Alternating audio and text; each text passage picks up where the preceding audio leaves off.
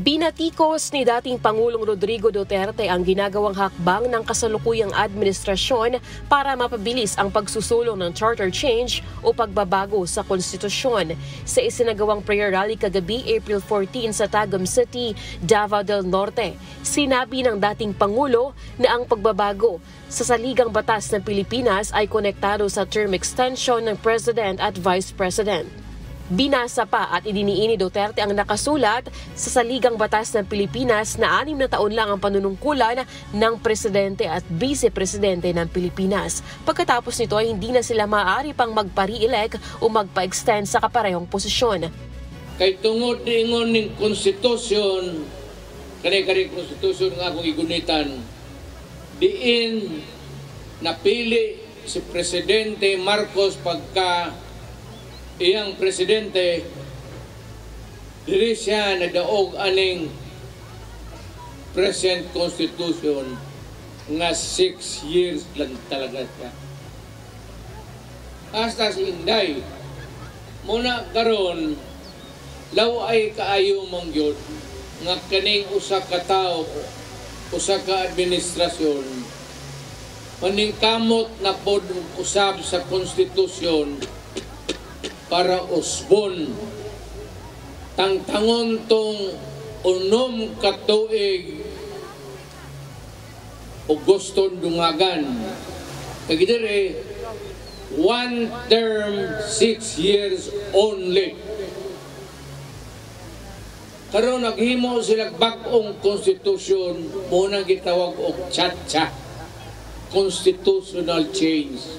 The President shall not be eligible for any re-election.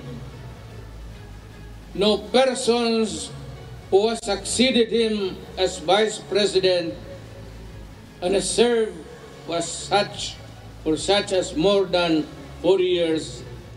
Muli ring pinaalalahanan ni Duterte si Marcos sa nangyari sa kanyang ama. Anya, dapat maging kontento na binigyan pa siya ng pagkakataon ng taong bayan na maging presidente.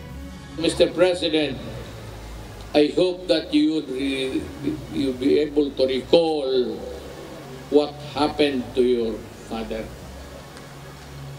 See to it.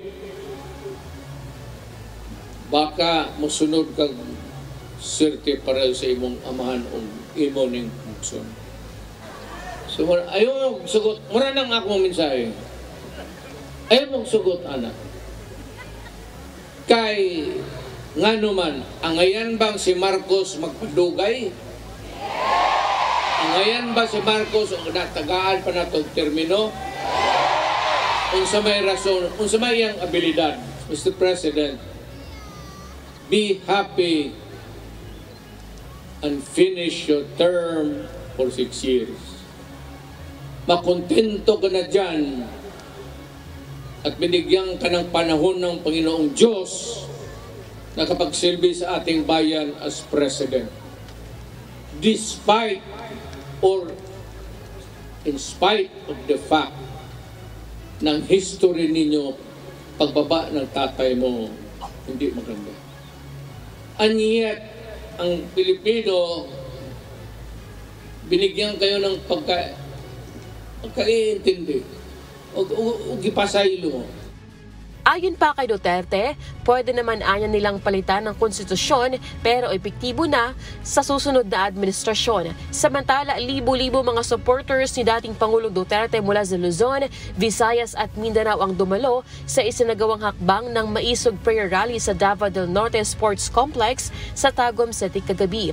Kabilang sa mga dumalo sa rally, sina Davao City Mayor Sebastian Baste Duterte, dating House Speaker at ngayon Davao City 1st District Representative Pantaleon Alvarez, dating Presidential Spokesperson Harry Roque at former Executive Secretary Attorney Vic Rodriguez. Binatikos na mga ito ang umano'y hindi makatarungang 60-day suspension ni Davao del Norte Governor Edwin Jubahib na isa sa top-performing governor sa bansa noong nakaraang taon. Tutol din ang mga ito sa isinagawang People's Initiative o Politicians Initiative na ang layon umano ay pahabain ng termino ni Pangulong Marcos. Lelaine Moreno, humahataw sa Balita Ngayon.